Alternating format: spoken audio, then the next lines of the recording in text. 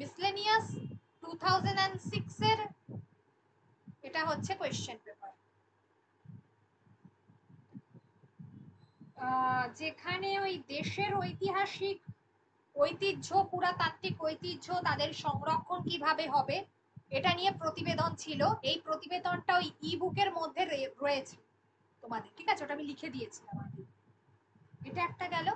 আর দ্রব্যমূল্য বৃদ্ধি পাচ্ছে, আমি সানডেতে দ্রব্যমূল্য বৃদ্ধি পাচ্ছে সানডেতে আমি কিছু গুরুত্বপূর্ণ একদম সামাজিক ইস্যুর উপর যে প্রতিবেদনগুলো করে যেতে হবে মিসলেনিয়াসের জন্য সেগুলো লিস্ট করে দিচ্ছি।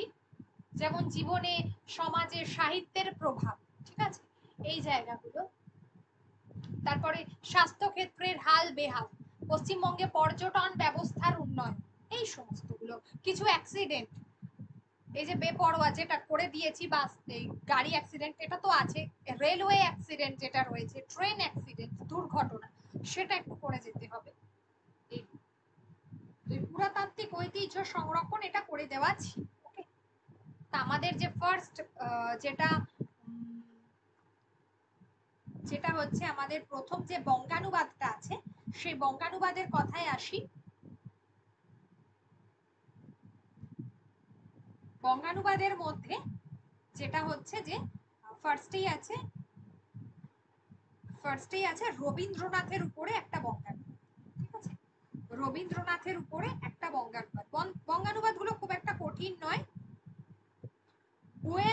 বুয়েনস এয়ার্স, ঠিক আছে, বা বুয়েনস এয়ারেস, এই যে এটা দক্ষিণ আমেরিকার একটা একটা নগর, ঠিক আছে, এই জায়গাটা এটা দক্ষিণ আমেরিকার একটা নগর যেটাকে বলা হয় বুয়েনস এয়ারেস। ম্যাডাম ওটা আর্জেন্টিনার রাজধানী।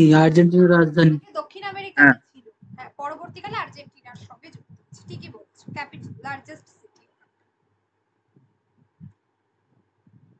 এবং এটা হচ্ছে ওই রিও ডি জেনেরিও, এটা মানে তার সাউথ ইস্টার্ন পোর্শনে রয়েছে, ঠিকই বলছো।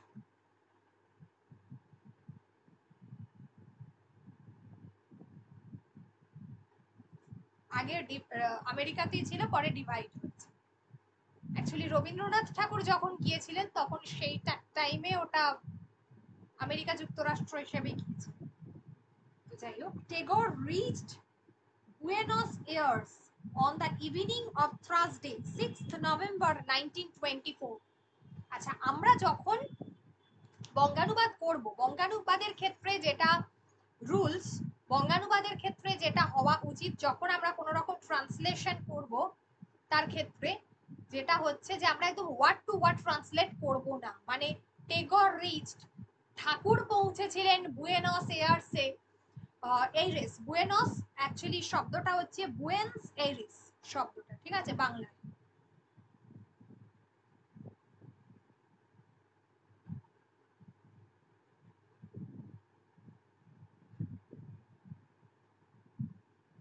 অনেক জায়গায় বুয়েনস আয়ার্সও আছে স্পেলিংটা, এটাও হয়।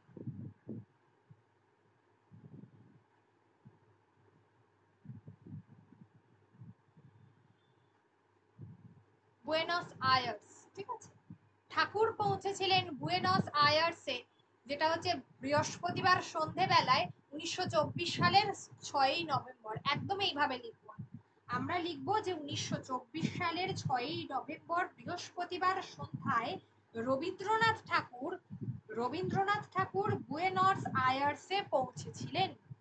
টেগরের জায়গায় আমরা জানি টেগর একজনই আছেন যাকে বিখ্যাত, সেই কারণে এটাকে আমরা যদি রবীন্দ্রনাথ ঠাকুর লিখি সেটা একেবারেই ভুল হবে।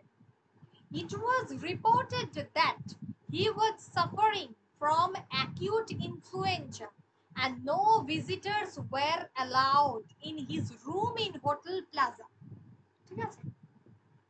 তাহলে এখানে কি বলা হচ্ছে, সেই সময় তিনি, এটা জানানো হয়েছিল যে ইট ওয়াজ রিপোর্টেড, এটা ইহা জানানো হয়েছিল যে সেই সময় তিনি ইনফ্লুয়েঞ্জা রোগে কষ্ট পাচ্ছিলেন বা ভুগছিলেন, ইনফ্লুয়েঞ্জা রোগে আক্রান্ত ছিলেন বা ভুগছিলেন, ঠিক আছে।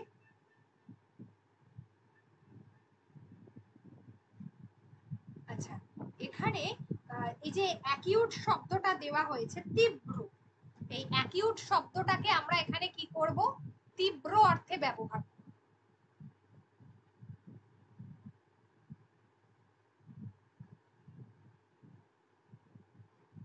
জটিল, আচ্ছা এই বাংলায় এটাকে না জটিল ব্যবহার করব। আমরা যখন কোনো কিছু দেখেছি যে বলা হয় যে তিনি জটিল রোগে আক্রান্ত হয়েছিলেন, তো তীব্র বা জটিল শব্দটা ব্যবহার করব। জটিলটা ভীষণ অ্যাপ্রোপ্রিয়েট একটা শব্দ, জটিল শব্দটাতে আমরা ব্যবহার করব, ঠিক আছে।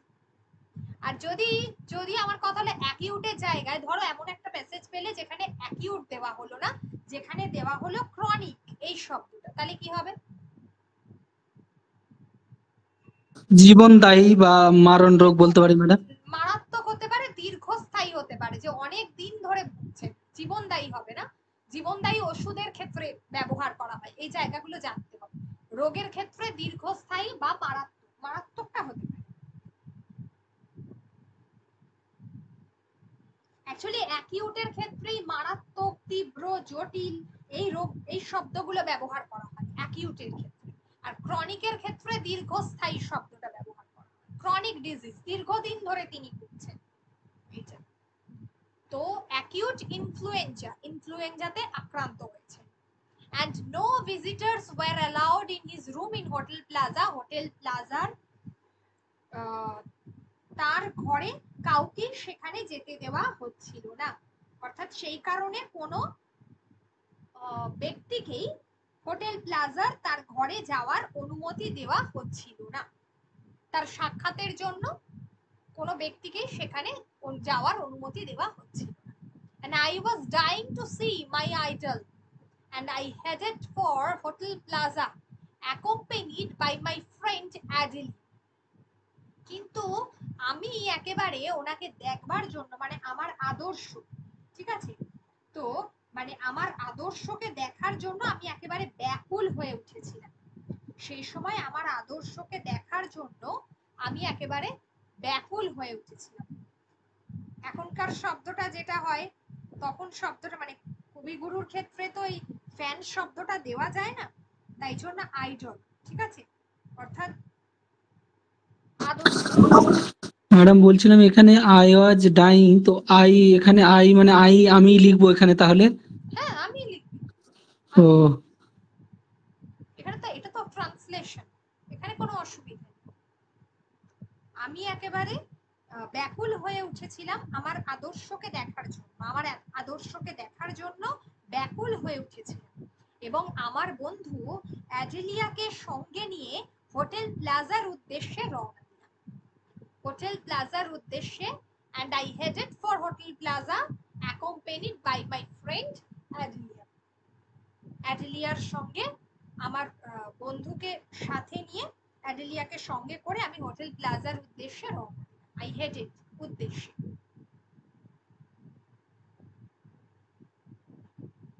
হলো। A tall Englishman with blue eyes received us in the hall on the ground floor of the hotel. বলো, এটা তোমরা বলো কি হবে?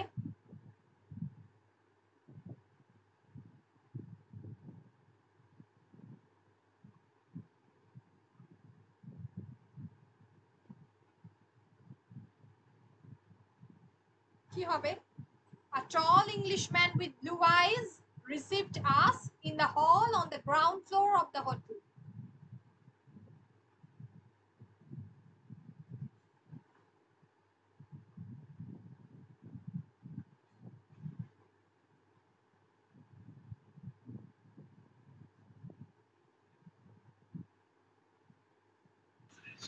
ম্যাডাম বলবো? হ্যাঁ বলো। হোটেলের গ্রাউন্ড ফ্লোর মানে নিচের নিচের তলার আর কি। হ্যাঁ নিচের তলায় হ্যাঁ, একজন লম্বা নীল চোখওয়ালা মানুষ, মানে লোক আমাদেরকে মানে ওয়েলকাম জানিয়েছিল, রিসিভ করেছিল, মানে সেটা কি বলে? সব মানে অভ্যর্থনা জানিয়েছিল আর কি। আচ্ছা ঠিক আছে, অভ্যর্থনা জানিয়েছিল, অভ্যর্থনা আপ্যায়ন, ঠিক আছে।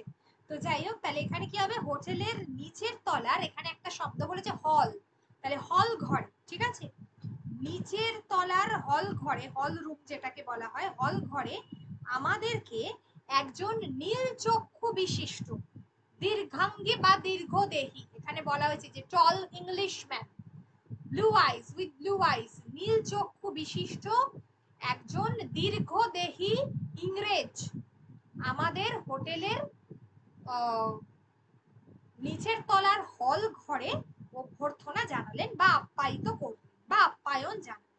ঠিক আছে, তাহলে এই যে এই শব্দটা আছে রিসিভড, এটাকে অভ্যর্থনা হতে পারে, আপ্যায়নও হতে পারে বা আপ্যায়িত করলেন। ঠিক আছে, টল হচ্ছে দীর্ঘদেহী বা দীর্ঘাঙ্গী, যা খুশি। দীর্ঘাঙ্গী শব্দটা মেয়েদের ক্ষেত্রে যায়, দীর্ঘদেহী শব্দটা পুরুষের ক্ষেত্রে যায়। ইংলিশম্যান, এগুলো জানতে হবে, মেয়েদের ক্ষেত্রে কোনটা, পুরুষদের ক্ষেত্রে কোনটা। ইংলিশম্যান ইংরেজ উইথ ব্লু আইড অর্থাৎ নীল চক্ষু বিশিষ্ট। He said his name was Leonard. He said his name was Leonardo Elmhurst. ঠিক আছে, লিওনার্দো, অ্যাকচুয়ালি লিওনার্ড যেটা আছে লিওনার্ড এলমহার্স্ট, ELMHIRST, তাহলে এটা হবে পুরোটা লিওনার্দো।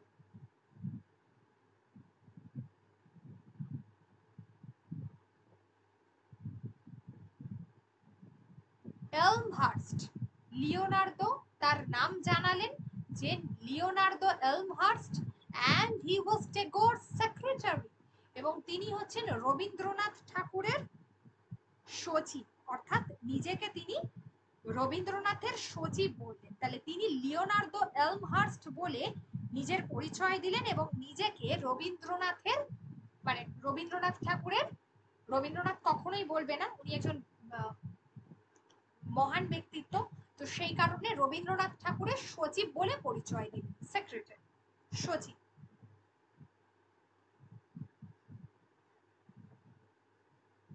তারপর কি, he told us that the doctors who had examined Tagore find his heart rather weak and came to the conclusion he was not in a condition to stand the journey across the কোথা থেকে arms two Lisa, এক জায়গা থেকে অন্য জায়গায়, দুটি জায়গার কথা তিনি এখানে উল্লেখ করেছেন, যেটা আনস অর্থাৎ আন্দিজ থেকে লিজা যাওয়ার ধকল নেওয়ার মতো অবস্থায় তিনি নেই।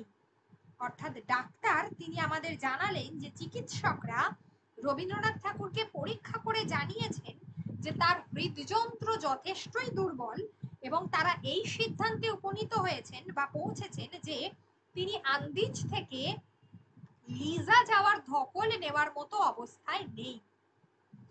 They advised him complete rest, তাই জন্য তাকে সম্পূর্ণ, চিকিৎসকেরা তাকে সম্পূর্ণ, তাকে শব্দটা এই জায়গাটাতে চন্দ্রবিন্দু হবে বিখ্যাত ব্যক্তিত্বদের ক্ষেত্রে, চিকিৎসকেরা তাকে সম্পূর্ণ বিশ্রামের পরামর্শ দিয়েছেন। এই নিতে বলেছেন কথাটা কিন্তু পাতি হয়ে গেল, শব্দ যখন লিখতে হবে এইভাবে লিখতে হবে, পরামর্শ দিয়েছেন, কমপ্লিট রেস্ট, অ্যাডভাইসড, পরামর্শ দেওয়া। Even today, I do not know what prompted me to suggest to Elmhurst that I would be happy to place a country home at the disposal of the poet where he could rest and recuperate. অর্থাৎ কি বলছেন যে এমনকি আমি আজও জানি না যে কি কারণে, এমনকি even today I do not know, আমি নিজেও জানি না, আজও জানি না, আমি এখনো আজও জানি না যে what prompted me to suggest, আমি কি কারণে এলমহার্স্টকে অনুরোধ করেছিলাম যে আমি আমার,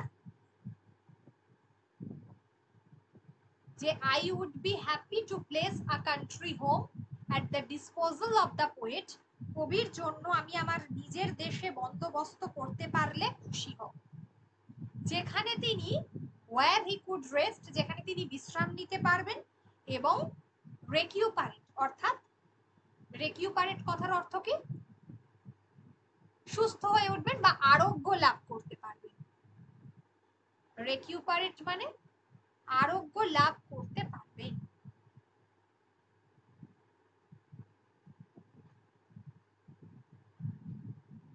খুব একটা প্রশ্নটা কিন্তু সহজ ছিল না, তখন মিসলেনিয়াসের প্রশ্ন এরকমই হতো।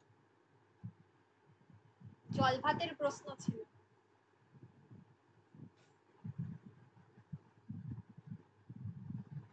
সেই টাইমে পিএসসির সত্যি গুরুত্ব ছিল। যাই হোক, দেখো এই পুরো প্যাসেজটার মধ্যে তাহলে কিভাবে আমাদেরকে লিখতে হবে যখন আমাদের বঙ্গানুবাদ দেবে। যেমন এখানে আনস, এই যে এখানে তো আনস টু লিজা, আমরা অধিকাংশই তো আনস লিখে দিয়ে চলে আসি। এটা অ্যাকচুয়ালি হবে আন্দিজ থেকে লিজা।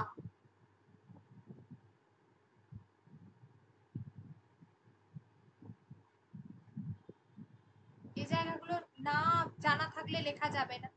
তারপরে ওই যে বুয়েনস এয়ার্স যেটা, তারপরে হচ্ছে বুয়েন্স এয়ার্স অর বুয়েনস আয়ার্স যেটাকে বলা হয়, লিওনার্দো, এই যে লিওনার্দো। ম্যাম ওটা মানে কি ওটা আন্দি টু লিদা মানে ওটা কি ডাইরেক্ট নাম? না, ওটা একটা আন্দিজ পর্বতমালা আছে না, জায়গার নাম। আন্দিজ থেকে লিজা দুটো আলাদা আলাদা জায়গার নাম। আনস টু লিজা দক্ষিণ আমেরিকার দুটো আলাদা আলাদা জায়গার নাম। এটা তো আর্জেন্টিনায় বর্তমানে অন্তর্ভুক্ত হয়েছে, তখন তো অন্তর্ভুক্ত হয়নি, তখন ওটা দক্ষিণ আমেরিকার মানে স্থানই ছিল, ঠিক আছে? তো সেই কারণেই সেই অর্থে সবগুলো এখানে এই আন্দিজ পর্বতমালা দক্ষিণ আমেরিকাতেই অবস্থিত। আন্দিজ থেকে লিজা জায়গার নাম, স্থান বিখ্যাত।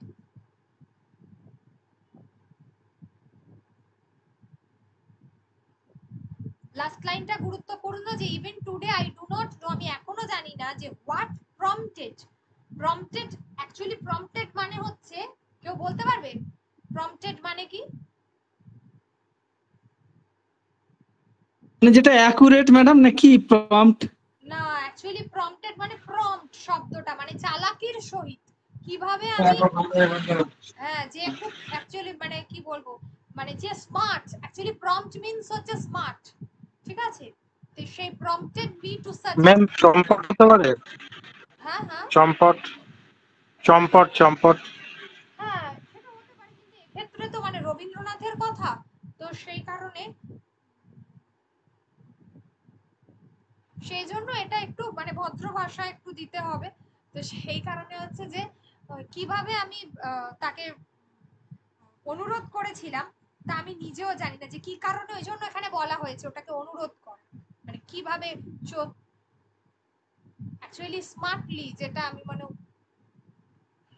কি ওই কারণেই বলেছে যে আমি আজও জানি না যে কিভাবে আমি দ্রুততার সহিত, দ্রুত প্রম্পটেড মানে দ্রুততাও হয়, তো দ্রুততার সহিত এলমহার্স্টকে কিভাবে, এলমহার্স্ট শব্দটা, এলমহার্স্টকে কিভাবে অনুরোধ করলাম, দ্রুততার সহিত অনুরোধ করেছিলাম যে আমি আমার নিজের দেশে কবির থাকার বন্দোবস্ত করতে পারলে খুশি হব, যেখানে তিনি বিশ্রামও নিতে পারবেন এবং আরোগ্য লাভ করবেন, সুস্থ হয়ে উঠবেন। এই আর কি। আমি দিয়ে দিয়েছি, অবশ্যই উত্তরটাও দিয়ে দেবো সবাইকে।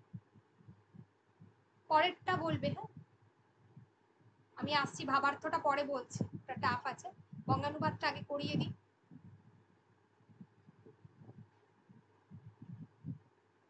একটা আমি বলেছি, এবার এইটা তোমরা বলবে, তারপর আমি বলবো।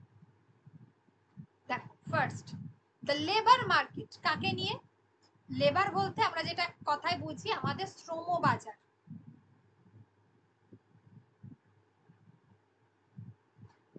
The labor market shows to clear gender characteristics. First, women rarely take over men's job by undercutting them. Men too, despite high employment, and do not usually undercut women. আচ্ছা, এখানে একটা কথা বলবো, একটা যদি বড় সেন্টেন্স থাকে সেটাকে আমরা বঙ্গানুবাদ যখন করব একটা পুরোটা বাক্যে লেখার কোনো প্রয়োজন নেই, যেটাকে জটিল বাক্য ব্যবহার করতে পারি সেখানে আমরা, বা সরল বাক্য ব্যবহার করতে পারি, দিয়ে দুটো থেকে তিনটে ছোট ছোট বাক্য প্রয়োগ করতে পারি, মাঝখানে দাঁড়িয়ে দিতে পারি, অথবা কমা দিয়েও লিখতে পারি। তাহলে সব থেকে ভালো হয় যে সরল বাক্য ব্যবহার করব অলওয়েজ, ভাষা একদম কঠিন করব না, সরল বাক্য ব্যবহার করে সেটাকে দুটো থেকে তিনটে সেন্টেন্সে ভাগ করে লিখব, প্রয়োজনে মাঝখানে দাঁড়ি বা কমা দিতে পারি। বলছে the labor market shows to clear gender যে ক্যারেক্টারাইটিক্স, অর্থাৎ কি আমরা শ্রম বাজারে একটা বিষয় দেখি খুব পরিষ্কার ভাবে, যেটা হচ্ছে যেটা দেখা যায় সেটা হলো দুটো লিঙ্গগত বৈষম্য মানে বৈশিষ্ট্য দেখা যায়, লিঙ্গগত বৈশিষ্ট্য পরিলক্ষিত হয়। ঠিক আছে, টু ক্লিয়ার স্পষ্ট, এটা পরিষ্কার ভাবে হতে পারে, স্পষ্ট হতে পারে, সব ধরনের।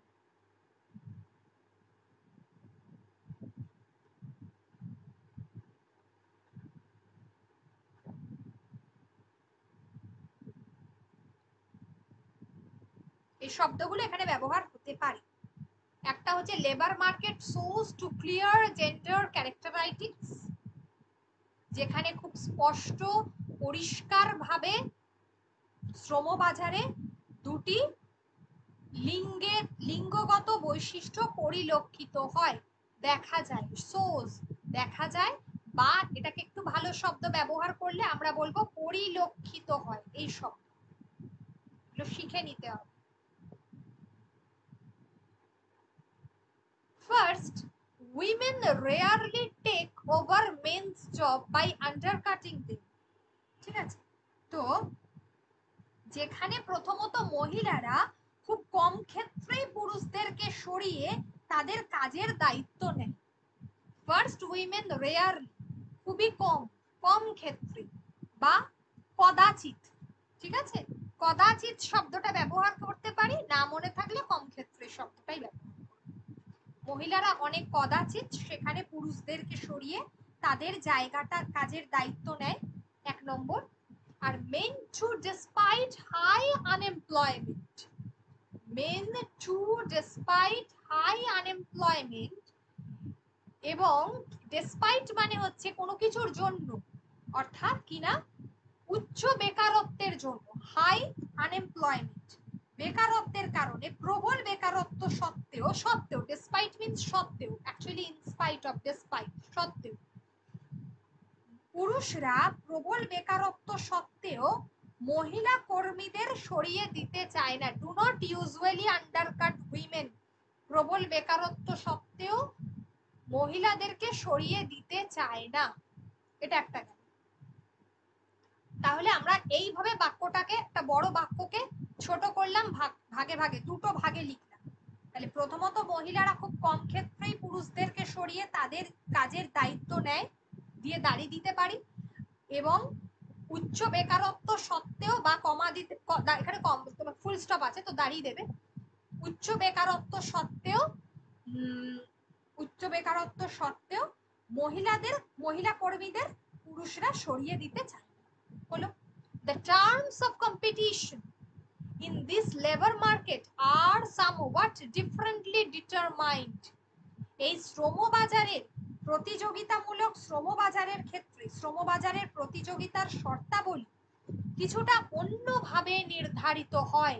ডিটারমাইন্ড, ডিফারেন্টলি, অন্যভাবে ডিটারমাইন্ড মানে নির্ধারিত হয়, ডিটারমাইন্ড মানে স্থির করা হয়, নির্ধারণ করা হয়, এই জায়গা।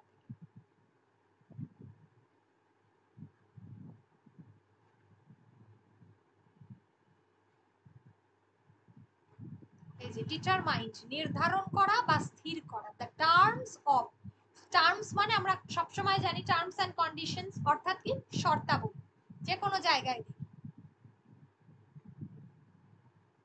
Competition in this labour market, শ্রমবাজারের প্রতিযোগিতা, প্রতিযোগিতামূলক শ্রমবাজারের, প্রতিযোগিতামূলক শ্রমবাজারে বা শ্রমবাজারের প্রতিযোগিতার শর্তাবলী কিছুটা অন্যভাবে নির্ধারিত হয়ে থাকে। The gender composition of a workforce is primarily subject to male decision making. সাধারণত কি হয়ে থাকে না, কর্মক্ষেত্রে gender composition of a workforce, কর্মক্ষেত্রে is primarily subject to male decision making, অর্থাৎ পুরুষরা বেশি সিদ্ধান্তের বিষয় হয়ে থাকে। লিঙ্গ অনুপাতের ক্ষেত্রে প্রধানত পুরুষদের সিদ্ধান্তই, পুরুষরাই মূলত সিদ্ধান্ত নিয়ে থাকে। ঠিক আছে, যে কোনো বিষয়ে পুরুষরাই সিদ্ধান্ত গ্রহণ করে। তাহলে কর্মক্ষেত্রে লিঙ্গ অনুপাতের ক্ষেত্রে সাধারণত পুরুষরাই সিদ্ধান্ত গ্রহণ করে থাকে। এই অবধি যদি কারোর বুঝতে অসুবিধা হয় বল।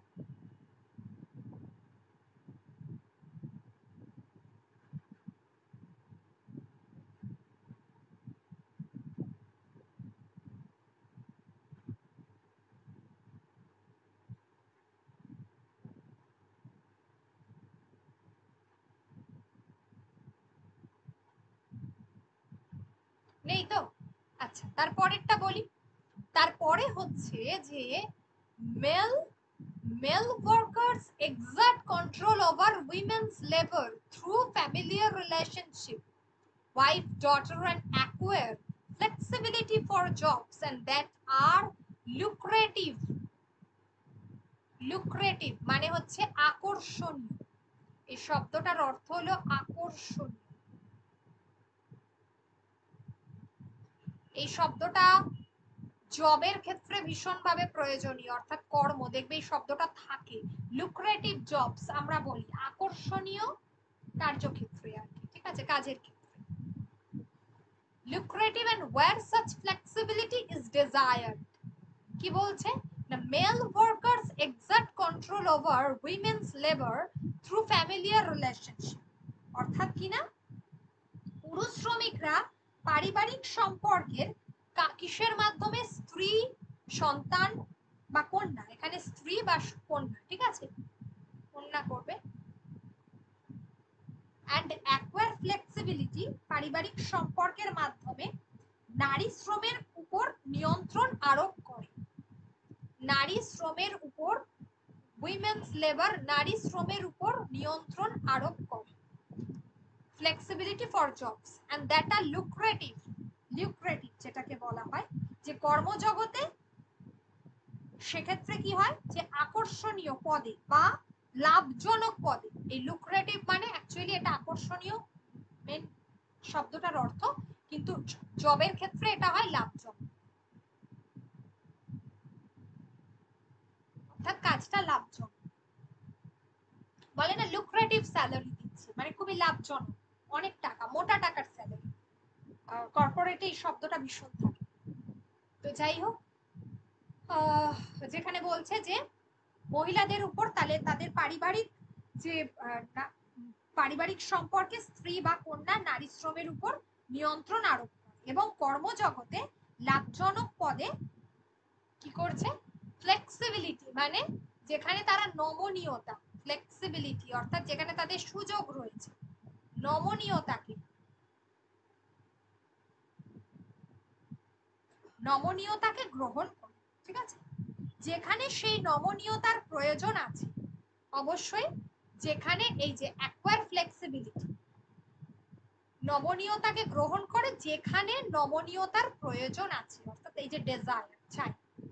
Employers cannot use women workers to undercut overly demanding male labor by direct replacement, অর্থাৎ কি বলছে যে কখনোই নিয়োগকর্তারা কখনো অতিমাত্রায় চাহিদাকারী পুরুষ শ্রমিকদের স্থানে প্রত্যক্ষভাবে মহিলা কর্মীদের নিয়োগ করেন না। এমপ্লয়ার্স অর্থাৎ নিয়োগকর্তারা ক্যান নট ইউজ উইমেন, তারা কখনোই মহিলাদেরকে ব্যবহার করেন না, workers to undercut overlay demanding, যেখানে প্রচুর পরিমাণে পুরুষ আর কি কর্মী প্রয়োজন রয়েছে, সেই জায়গায় প্রত্যক্ষভাবে তাদের স্থানে কখনোই মহিলা কর্মীদেরকে নিয়োগ করেন না। Also men resist women's job, also men resist, এছাড়া পুরুষেরাও মহিলাদের কাজে বাধা দিয়ে থাকে। Also men resist women's job, however if the terms of the jobs improve men to lay claim to women's job, however তৎসত্ত্বেও বা যাই হোক, তৎসত্ত্বেও বা যাই হোক, if the terms of the job, কর্মক্ষেত্রের শর্তাবলীর কি হয়, ধীরে ধীরে উন্নতি ঘটে, terms of the job improve men to do lay claim of to women's job, অর্থাৎ শর্তাবলীর উন্নতি ঘটে এবং একদিন পুরুষেরাই মহিলাদের কাজের দাবি জানাবে। এ কথাই মনে করা হয় মেন টু ডু মানে পুরুষরাই একদিন মহিলাদের কাজের দাবি জানাবে। এইভাবেই কর্মক্ষেত্রে শর্তাবলীর উন্নতি ঘটছে এবং একদিন পুরুষরাই মহিলাদের কাজের দাবি জানাবে। ঠিক আছে, এটা একটু টাফ আছে, কোয়েশ্চেনটা একটু টাফ আছে।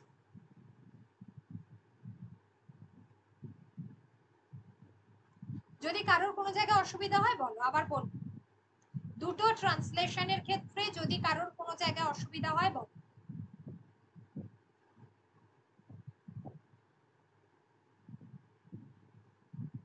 কোনো জায়গায় যদি ম্যাম আমি লিখতে লিখতে দেখা গেল কোনো দুটো শব্দের আমি মানেই পারছি না, মানে কি সেন্স হবে সেটাও বুঝতে পারছি না। অসুবিধা নেই, জিজ্ঞাসা করবে, কোনো অসুবিধা। এটা ম্যাম এক্সাম হলের কথা বলছি। ও হলে, আচ্ছা আচ্ছা, হলে যদি অসুবিধা হয়, হতেই পারে যে সেটা বোঝা যাচ্ছে না, তাহলে সেক্ষেত্রে যেটা করবার দরকার বঙ্গানুবাদের ক্ষেত্রে, যে তার মূল ভাবটা তখন বুঝতে হবে যে কি বলতে চেয়েছে, তার পরিপ্রেক্ষিতে লিখে আসতে হবে। মানে কাছাকাছি কোনো একটা শব্দের এক্সাক্ট না হলেও কাছাকাছি কোনো একটা শব্দের অর্থ লিখে আসতে। বোঝাতে পেরেছি? মানে ওই আমি পুরো বিষয়টা থেকে বাইরে চলে যাব। যেমন আমি লুক্রেটিভ, আমার কাছে ওই লাভজনক কথাটা মনে আসছে না, কিন্তু আমি এটুকু বুঝতে পারছি যে ফ্লেক্সিবিলিটি, আমরা জানি যে সকলে আমরা যেটাতে আমরা খুব কমফোর্টেবল, আরামদায়ক, অর্থাৎ যেটা আমরা চাই ফ্লেক্সিবল যেটাতে, সেখান থেকে তো ফ্লেক্সিবিলিটি শব্দটা এসেছে, এই জায়গাটা আমরা জানি। কিন্তু আমরা হয়তো নমনীয়তা শব্দটা লিখতে পারলাম না গুছিয়ে, ঠিক আছে, বাংলায়। কিন্তু আমরা যেটাতে আমরা কি বলবো, আরামদায়ক শব্দটা লিখে এসো না, সেটা একান্ত যদি না মিনিং জানা থাকে তাহলে লিখতে পারো। কিন্তু এক্ষেত্রে হচ্ছে যাতে আমরা মানিয়ে নিতে পারি, যে পরিস্থিতিতে আমরা মানিয়ে নিতে পারি, এই অন্তত এই বিষয়টা আমরা লিখে আসতে সেই জায়গায়। আর লুক্রেটিভ যেমন আকর্ষণীয়, লাভজনক শব্দটা আমরা নাই মনে থাকলো, কিন্তু এটা আমরা দেখে বুঝতে পারছি যে জবস দ্যাট আর লুক্রেটিভ, যেটা লোভনীয়, এটা তো বুঝতে পারছি। একদম কিছু না বুঝতে পারলে তো খুব মুশকিল হয়ে যাবে তখন। ঠিক আছে, একটু কাছাকাছি ওয়ার্ডও তো মানে অন্তত লিখে আসতে হবে। এক্সাক্ট হয়তো দুটো তিনটে শব্দের অর্থ বোঝা গেল, ঠিক আছে, ওটা হয়, কিন্তু মিনিমাম কাছাকাছি মিনিংটা লিখে আসতে হবে। ম্যাম, হ্যাঁ, ওই যে ব্র্যাকেটে যেমন ওয়াইফ স্ল্যাশ ডটার দেওয়া আছে, আমাদেরকে ওই বাংলা ট্রান্সলেশনে ব্র্যাকেটের মধ্যে রাখতে হবে? হ্যাঁ, ব্র্যাকেটের মধ্যেই রাখতে হবে। স্ত্রী একটা অবলিক দিয়ে কন্যা।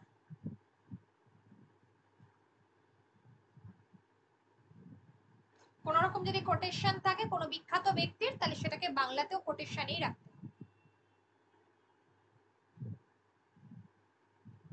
শুধু ট্রান্সলেটটা করে দিতে হবে, আর ওয়ার্ড টু ওয়ার্ড ট্রান্সলেট নয়, আমি বারবার বলছি, মূল ভাবটাকে লিখতে হবে।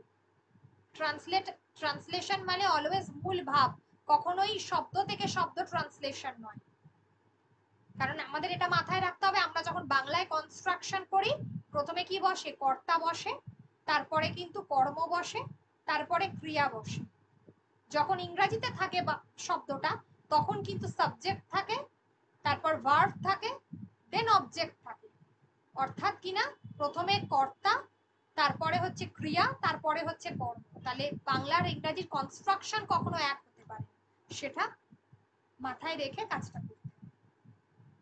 আরো কিছুটা তো প্র্যাকটিস করাবো, যারা মিসলেনিয়াস দেবে তারা তো পাচ্ছেই সময় 30 তারিখ অবধি, বাদ বাকিগুলো দেখবে, নোটস গুলো, রেকর্ডেড ক্লাসগুলো। ম্যাম, হ্যাঁ, হ্যাঁ বলছি, ওই the gender composition of A workforce is primarily subject to mail decision making, একটু বোঝাবেন এই লাইনটা?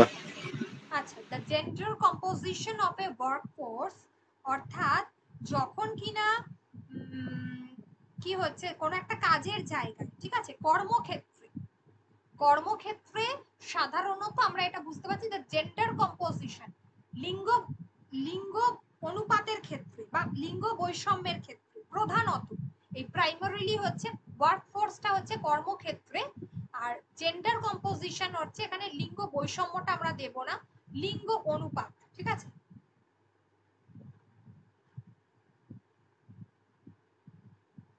লিঙ্গ অনুপাতের ক্ষেত্রে ওয়ার্কফোর্স হচ্ছে কর্মক্ষেত্রে ইজ প্রাইমারিলি হচ্ছে প্রধানত subject to mail decision making, অর্থাৎ সেখানে পুরুষরাই সাধারণত সিদ্ধান্ত নিয়ে থাকে। বা পুরুষরাই সাধারণত প্রাধান্য পায় বললে হবে ম্যাম। পুরুষদের সিদ্ধান্তের বিষয় হয়ে থাকে সেটাও, বা পুরুষদের সিদ্ধান্ত বা প্রাধান্য পায় সেটাও হবে।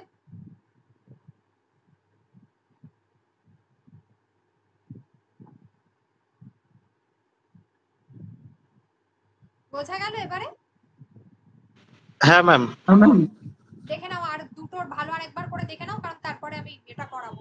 ভাবার্থটা একটা ডেঞ্জারাস আছে।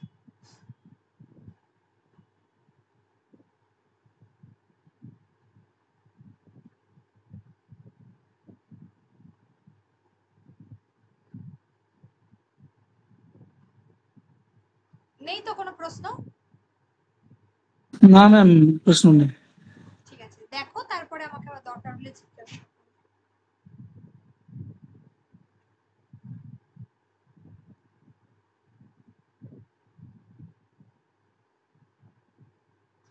আচ্ছা, ভাবার্থ করতে গেলে আমাদের কি করতে হবে? ফার্স্ট অফ অল পড়তে হবে। এটাতে প্রবাবলি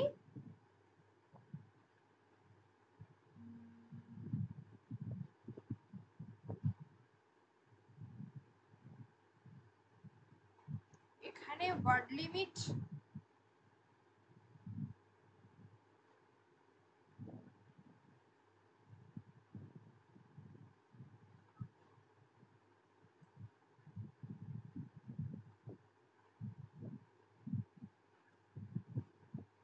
কটা 165 মতো আমি দেখেছিলাম যে ওয়ার্ড লিমিট এসছে, ঠিক আছে, মানে 1/3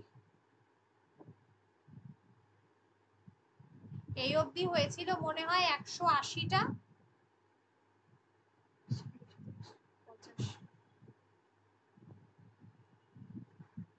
যাই হোক 65 মতো লিখতে হবে ওয়ার্ডে, ঠিক আছে, এটাতে আসবে।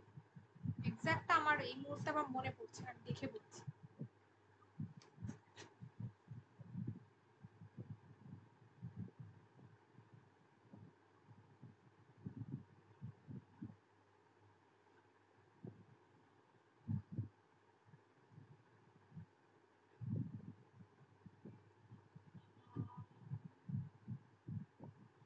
হ্যাঁ ঠিকই, 192 টোটাল ওয়ার্ড লিমিট রয়েছে, ঠিক আছে। 192টাকে 1/3 করলে 65 মতো আসছে, মানে 64 and 65 আমি এভারেজ একটা বলে। এবারে সবার প্রথমে ওয়ার্ড লিমিট কাউন্ট করতে হবে, কারণ ভাবার্থ লিখতে গেলে 1/3 লিখতে হবে। এইভাবে আগে কাউন্টটা করে নেবে কতগুলো ওয়ার্ড আছে। আমি যেভাবে করেছি সেটা হচ্ছে, যেটা এই ওয়ার্ডগুলোকে একটা লাইনে কতগুলো রয়েছে লাইনগুলো কাউন্ট করে নিয়েছি, সেটা করে এভারেজ করে নিয়েছি। আচ্ছা, এখানে যেটা বলছে যে এবার আমি আসি পড়া, বলছে যে ভারতবর্ষ তার দুর্গতিদের যে রুদ্ধদ্বারে শতাব্দীর পর শতাব্দী যাপন করেছে, আপনার ধর্মকে, সমাজকে, আপনার আচার ব্যবহারকে কেবলমাত্র কৃত্রিম গণ্ডির মধ্যে বেষ্টিত করে বসে রয়েছে। সেই দ্বার বাইরের পৃথিবীর প্রবল আঘাতে আজ ভেঙে গেছে। যদি কোনো সাধু ভাষায় থাকে কোনো প্যাসেজ, উত্তর চলিতেই লিখতে হবে। যদি কোনো সাধু ভাষায় কোনো প্যাসেজ দেওয়া থাকে, বাট উত্তর কিন্তু চলিত ভাষাতেই লিখতে হবে। ভারতবর্ষ তার দুর্গতিদের যে রুদ্ধদ্বারে শতাব্দীর পর শতাব্দী যাপন করেছে, আপনার ধর্মকে, সমাজকে, আপনার আচার ব্যবহারকে কেবলমাত্র মানে সবকিছুকেই একটা কৃত্রিম গণ্ডির মধ্যে বেষ্টিত করে বসে রয়েছে। আর সেই দ্বার আজকে ভেঙে গেছে, পৃথিবীর প্রবল আঘাতে ভেঙে গেছে, আর আজকে আমরা সকলের কাছে প্রকাশিত হয়ে পড়েছি, ঠিক আছে। এবার যখন আমরা প্রকাশিত হচ্ছি তখন কি হচ্ছে, তারা আমাদের এই যে জীর্ণ, আমাদের যে সংকীর্ণ রূপ, সেটা সকলের কাছে উন্মুক্ত হচ্ছে, অর্থাৎ আমাদের চরিত্রের দীনতা, আমাদের জ্ঞানের সংকীর্ণতা, হৃদয়ের সংকোচ, যুক্তিহীন আচারের দ্বারা আমাদের শক্তি প্রয়োগের পথ, আমরা কুসংস্কারে বিশ্বাসী, সেই বিষয়গুলো, অযথা আমরা আচার রীতিনীতি, মিথ্যে ধর্মকে বিশ্বাস করে থাকি, আমরা কোনো কিছুকে বিজ্ঞান দিয়ে বিশ্বাস করি না, সেই সমস্ত বিষয়গুলো সারা পৃথিবীর কাছে উন্মুক্ত হচ্ছে। সেখানেই লোকের ব্যবহারে, লোক ব্যবহারে ও দেবতার উপাসনায় মানুষের সঙ্গে মানুষের দুর্ভেদ্য ব্যবধান, মানে প্রাচ্যর সঙ্গে অর্থাৎ বিদেশের সঙ্গে আমাদের দেশের যে ব্যবধান সেটা অনেক বেশি প্রকট হয়েছে, আর যেটা আমাদেরকে শতখণ্ড করে দিচ্ছে, মানে বিদেশ থেকে আমরা অনেকটাই তার ফলে কি হচ্ছে পিছিয়ে যাচ্ছি। আর এখানেই আমাদের আঘাতের পর আঘাত, আমরা লজ্জা পাচ্ছি, আমাদের অকৃতার্থতা মানে আমাদের ব্যর্থতা সকলের সামনে প্রকট হয়ে বেরিয়ে আসছে। এইটুকু বোঝাতে পেরেছি?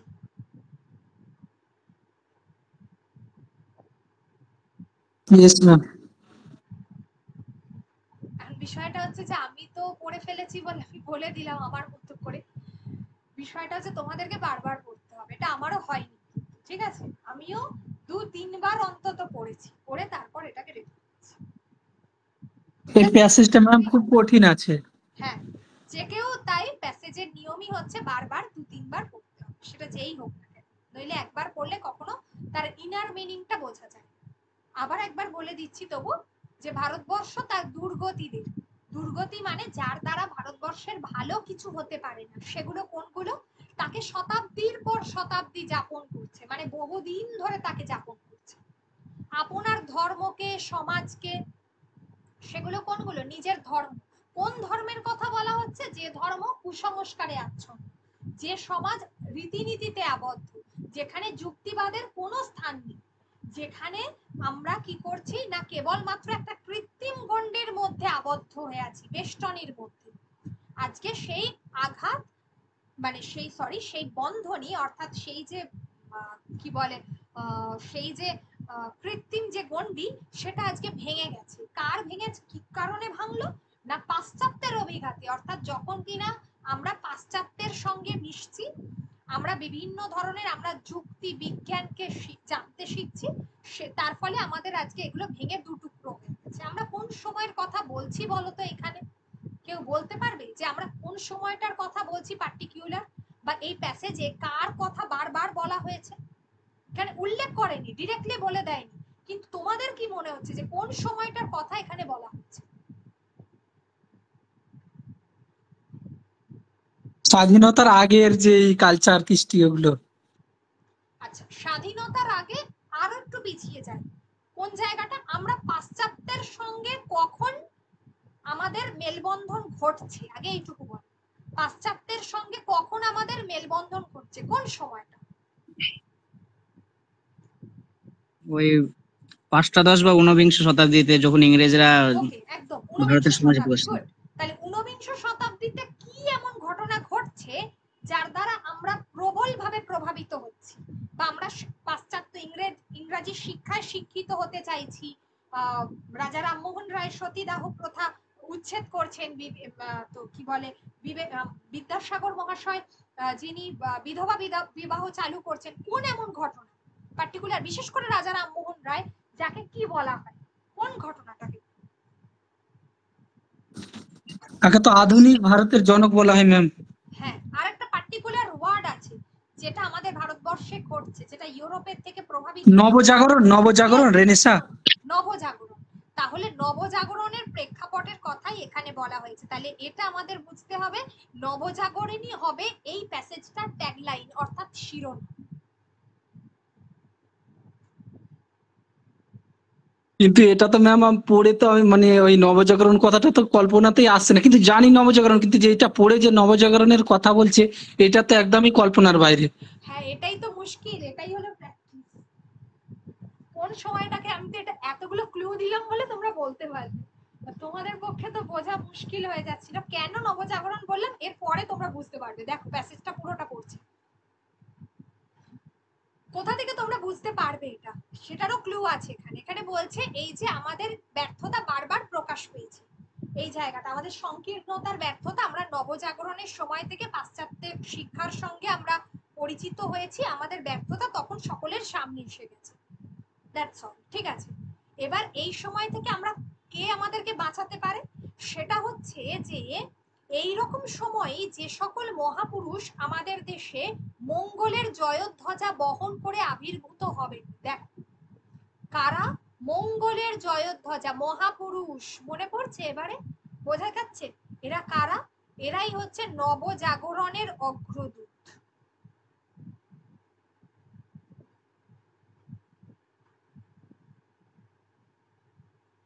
কি, তাই তো? এইবার বোঝা যাচ্ছে যেখান থেকে মহাপুরুষদের কথাটা আসছে, মহাপুরুষরাই হচ্ছে নবজাগরণের বার্তা দিয়েছে না একের পর এক। রাজা রামমোহন রায়, বিদ্যাসাগর, পরবর্তীকালে স্বামী বিবেকানন্দ, রামকৃষ্ণ। আমরা ইতিহাস পড়েছি, রেনেসাঁস যেটা পর্ব 19 শতক, সেখানে এদেরই নাম আছে। আমাদের দেশে মঙ্গলের জয়ধ্বজা বহন করে আবির্ভূত হবেন, তাদের ব্রতই হবে জীবনের সাধনার ও সিদ্ধির মধ্যে দিয়ে সত্যের পথকে সামনে আনা, আমাদের সামনে তুলে ধরা, এবং যার মধ্য দিয়ে জনসমাজ অর্থাৎ মানুষের কি হবে, সাংঘাতিক বিশ্লিষ্টতা দূর হবে। মানে তাদের মধ্যে যে ভাগাভাগি, বিশ্লিষ্টতা মানে ভেঙে ফেলা, ঠিক আছে, তারা যেটা পারে না সেটা দূর হয়ে যাবে, অর্থাৎ তাদের জনগণের কি হবে, কল্যাণ সাধন হবে। এই ব্যক্তিরাই কল্যাণ সাধন করতে পারবে, তারা তাদের নিজের সাধনার পথে এদেরকে কল্যাণ সাধন করতে পারবে। এবার কি হচ্ছে, এই বিশ্লিষ্টতা হচ্ছে এদেশে কার সঙ্গে, অন্তরের সঙ্গে বাইরের, মানে এটা হচ্ছে আমাদের দ্বন্দ্ব, যে আমাদের মনের ভেতরের সঙ্গে বাইরের দ্বন্দ্ব, আচারের সঙ্গে ধর্মের, মানে ধর্ম, আমরা প্রকৃত ধর্ম জানি না, আমরা আচার সর্বস্ব ধর্মকে গুরুত্ব দিই। জ্ঞানের সঙ্গে ভক্তি, এখানে ভক্তি, জ্ঞানটা প্রাধান্য পায় না, কার কত ভক্তি সেটা প্রাধান্য পায়। বিচার শক্তি, আমাদের কোনটা ভালো কোনটা মন্দ সেটা আমাদের বোঝবার মতো ক্ষমতা নেই। আমরা বিশ্বাসটাকে, আমরা অন্ধ বিশ্বাস করি, কোনো কিছুকে অন্ধভাবে বিশ্বাস করি, কুসংস্কারে আচ্ছন্ন। মানুষের সঙ্গে মানুষের প্রবল বিচ্ছেদ ঘটিয়েছে এই প্রাচ্য পাশ্চাত্য। এই যে সময়টা, এই সময়টা আমাদের মনুষ্যত্বকে, এই যে এই বিষয়গুলো, এই আচার সর্বস্বতা, আমাদের যে ভক্তি মানে মিথ্যে ভক্তি, কুসংস্কার, এগুলোই আমাদের মনুষ্যত্বকে শেষ করে দিয়েছে, শত জীর্ণ করে দিয়েছে, যার ফলে আমাদের কোনো উন্নয়ন নেই। একমাত্র এই মহাপুরুষরাই এসে তারা তাদের জীবনের, তারা যে কর্মপথে যাচ্ছেন বা তারা জীবনে যেভাবে ব্রতী হয়েছেন, তাদের সাধনার দ্বারাই আমাদেরকে, এই জনসমাজকে কি করতে পারে, আলোর পথে নিয়ে যেতে পারে। এবার এখানে একটা বিষয় বলার আছে, এতবার এখানে আমি, আমরা, আমাদের এইসব ব্যবহার করা হয়েছে, অর্থাৎ এগুলো সবগুলো উত্তম পুরুষ, একটাও এখানে হবে না, উত্তরে কোনো উত্তম পুরুষ হবে না। যেমন সম্পাদকীয় প্রতিবেদনে কোনো উত্তম পুরুষ হবে না, সম্পাদকীয় প্রতিবেদনে কোনো নিজের মতামত পোষণ করা যাবে না। Be careful.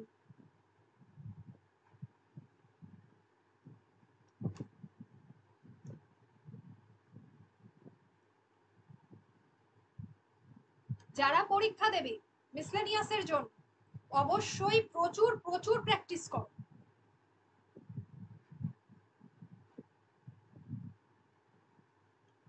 যে নিয়মগুলো বলছি, নিয়মগুলো মেনে প্র্যাকটিস করো, ভালো স্কোর করে আসতে পারবে, নো ডাউট। আর প্র্যাকটিস কেন বলছি, লেখার ধরন কোনোদিন একদিনে আসে না, বারবার প্র্যাকটিস করতে করতেই আসে।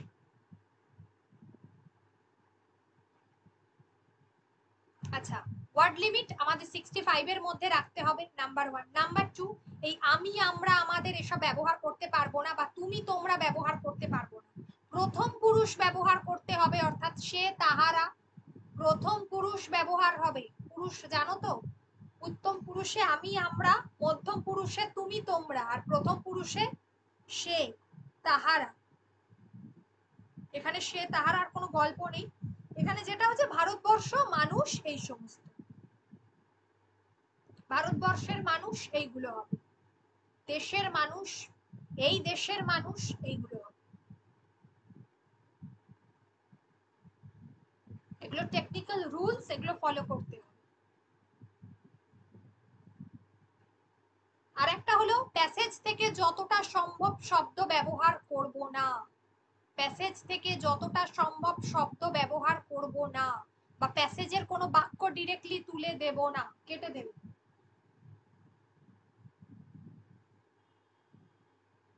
এবারে উত্তরটা দেখাই, এখানে আমি কতগুলো দিয়েছি শিরোনাম। 1, ভারতবর্ষে নবজাগরণ দিতে পারি। 2, সংকীর্ণতাকে ছিন্ন করে নবজাগরণের উন্মেষ, এটা একটু কঠিন হয়েছে, তা আমার ক্ষেত্রে দিল, তোমাদের ক্ষেত্রে একটু কঠিন হবে। তোমরা করবে ভারতবর্ষে নবজাগরণ, বা নবজাগরণের উন্মেষ, বা নবজাগরণের সূচনা, ভারতবর্ষে নবজাগরণের সূচনা এগুলো। যারা একটু বেটার লিখবে তারা হয়তো সংকীর্ণতাকে ছিন্ন করে নবজাগরণের উন্মেষ বা নবজাগরণের আলোয় অন্ধকারের মুক্তি এইগুলো লিখতে পারে, কিন্তু সাধারণত বেশিরভাগ ক্ষেত্রেই এইগুলোই লিখে আসবে, স্টুডেন্টরা এগুলোই লিখবে।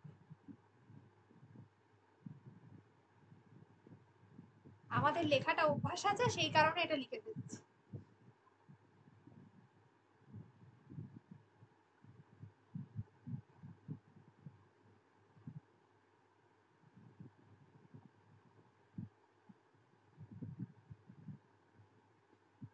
ঠিক আছে, বড্ড মাথাটা ঘেটে গেছে মনে হচ্ছে এটা দেখে।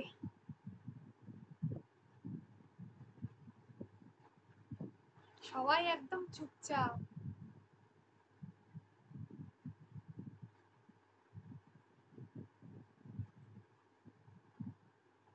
আচ্ছা চলো, এবার আমাদের কি লিখতে হবে এইটুকু বোঝাতে পেরেছি তো? শিরোনামটা বোঝা গেছে তো? যে কোনো একটা দেবে, আমি তো এতগুলো দিয়েছি ইচ্ছা করে। হ্যাঁ ম্যাম, একদম বোঝা গেছে। ওকে, এবার আমাদের কি লিখতে হবে? ফার্স্ট অফ অল প্রথম লাইন থেকেই আমরা বুঝতে পারছি। প্রথম লাইন কি বলছে না, ভারতবর্ষ কোনো একটা সংকীর্ণতার বেড়াজালে আবদ্ধ রয়েছে। হঠাৎ করে কোনো একটা এমন কিছু এসেছে যেটা আমাদের সমস্ত, তার আঘাতে আজকে আমাদের সেই সমস্ত সংকীর্ণতা ভেঙে গেছে। এটাই তো বলেছি প্রথম বাক্যটায়, এই বাক্যটাতে, 1 নম্বর বাক্যে। তাহলে সেটাই আমরা লিখবো, আমরা সহজ করেই লিখবো, কঠিন লেখার দরকার নেই। যে ভারতবর্ষ বহু যুগ ধরে, ওই যে ওখানে একটা শব্দ আছে শতাব্দীর পর শতাব্দী, তো আমরা তো লিখতে পারবো না প্যাসেজের ওয়ার্ড। প্যাসেজের ওয়ার্ডের কি করতে হবে আমাদের? তার কি লিখতে হবে? প্যাসেজের ওয়ার্ডের সবসময় আমাদেরকে তার সমার্থক শব্দ লিখতে হবে, ঠিক আছে? তাহলে শতাব্দীর পর শতাব্দী যেটা রয়েছিল এখানে, ওটাতে আমরা লিখবো বহু যুগ ধরে। নিজের সমাজ সংস্কৃতিকে, ওই রীতিনীতি অত কিছু তো আমরা লিখতে পারবো না, আমাদের তো 65-এ লিখতে হবে, অর্থাৎ আমাদের সমাজ সংস্কৃতি, এই শব্দটা দিলেই ওইগুলো সবগুলো চলে আসবে। নিজের সমাজ সংস্কৃতিকে সংকীর্ণতার বেড়াজালে আবদ্ধ করেছে। ওই যে কৃত্রিমতার গণ্ডিতে আছে না, তো ওই শব্দটাকে আমাদের সংকীর্ণতার বেড়াজাল, ওই যে কৃত্রিম গণ্ডির মধ্যে বেষ্টিত করে আছে, মানে বেষ্টন করে আছে, ওটাকে দেওয়া হয়েছে কৃত্রিমতার বেড়াজালে, সংকীর্ণতার বেড়াজালে আবদ্ধ করেছে।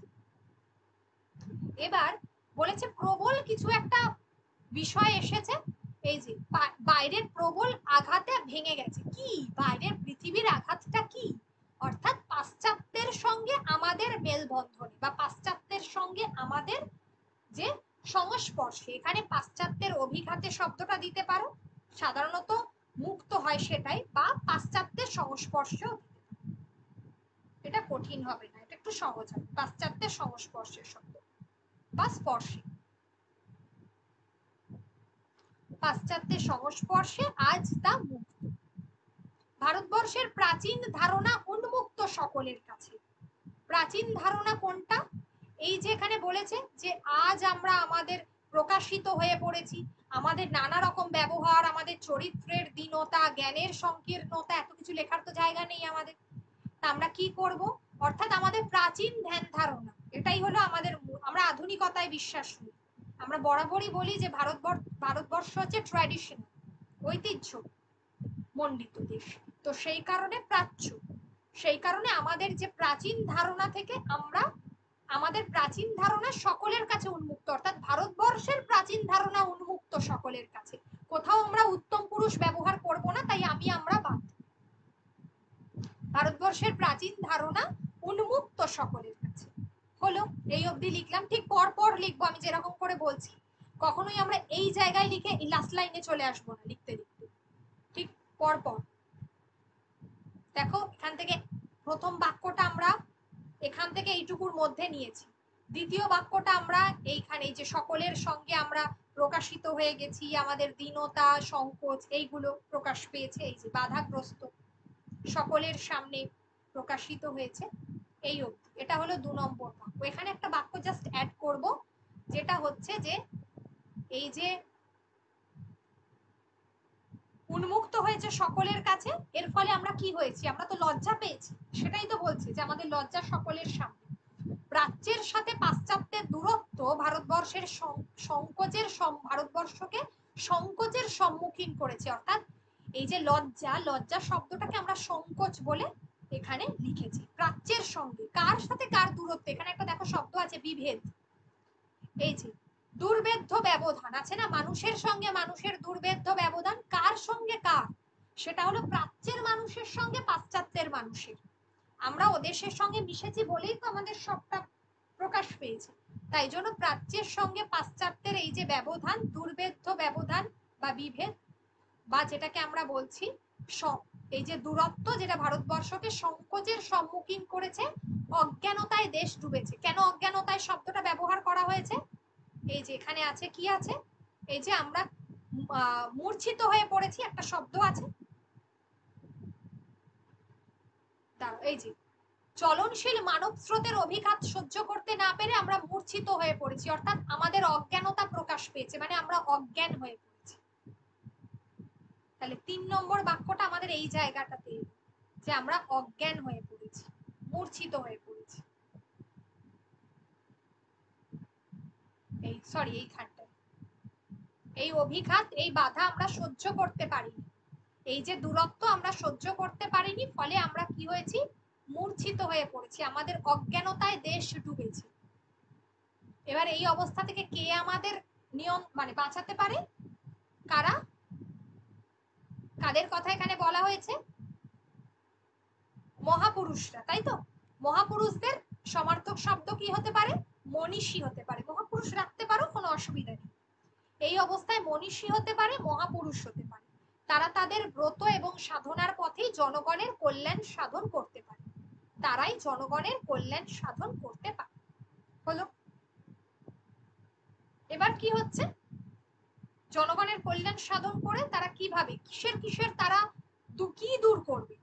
এখানে যে লাস্ট লাইনটা রয়েছে, যে ভক্তির সঙ্গে আচারের সঙ্গে ধর্মের, এত কিছু কি লিখবো, অর্থাৎ এখানে তো একটা বিভেদ সৃষ্টি করেছে, এই বিভেদটাকে দূর করবে কি করে, এই যে আচার অর্থাৎ আমাদের যে রীতিনীতি, আর জ্ঞানের সঙ্গে ভক্তি, আর বিচারের সঙ্গে বিশ্বাস মানে অন্ধবিশ্বাস অর্থাৎ কুসংস্কার, অর্থাৎ আমাদের ভারতবর্ষে প্রকৃত জ্ঞান, ধর্ম, যুক্তি, এই তিনটে প্রয়োজন, জ্ঞান, ধর্ম, যুক্তি, এটাই হচ্ছে নবজাগরণের পথ। আর একটা হলো মানবিকতা, এই চারটের সাথে রীতিনীতি, কুসংস্কার, যুক্তিহীনতার প্রভেদ দূর করে, মানে এগুলো চাই না, রীতিনীতি, কুসংস্কার আর যুক্তিহীনতা এগুলো বাদ, এগুলো দেওয়া যাবে না, মানে এগুলো বাদ দিতে হবে, এইগুলোর প্রভেদ তৈরি হয়েছে। মূল দরকার প্রকৃত জ্ঞান, ধর্ম, যুক্তি, মানবিকতা, তার সঙ্গে রীতিনীতি, কুসংস্কার আর যুক্তিহীনতার প্রভেদ দূর করে মনুষ্যত্বহীন মানুষকে, যাদের এই যে আমরা লাস্ট লাইনে পড়লাম, মানুষের মধ্যে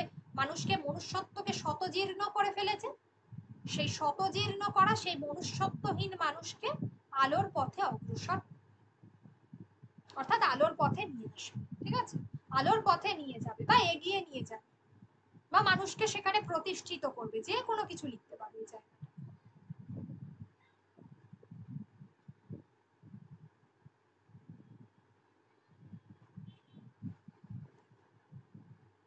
এগিয়ে নিয়ে যাবে, একান্তই যদি কিছু না মনে পড়ে এগিয়ে নিয়ে যাবে, করে দেবে, কিচ্ছু হবে না, ভালো কোনো অসুবিধা নেই। তাহলে এগুলো করতে গেলে প্র্যাকটিস করতে হবে, কারণ 2006 সালে এরকমই একটা মিসলেনিয়াসে কোয়েশ্চেন এসেছে, যদি দিয়ে দেয় তাহলে কি অবস্থাটা হবে।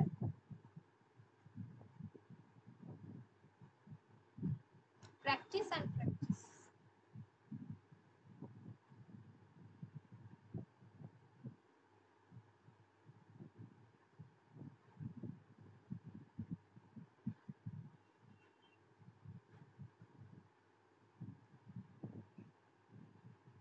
ঠিক আছে, বলতে হবে, বলো কি সুবিধা হয়েছে বল।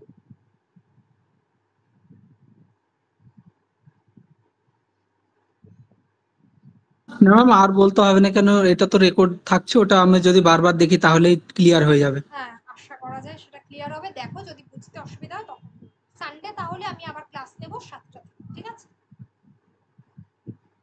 Okay ma'am. সেই দিনকে একটু ওপেন ক্লাস থাকবে, আমি আগে থেকেই বলে দিচ্ছি।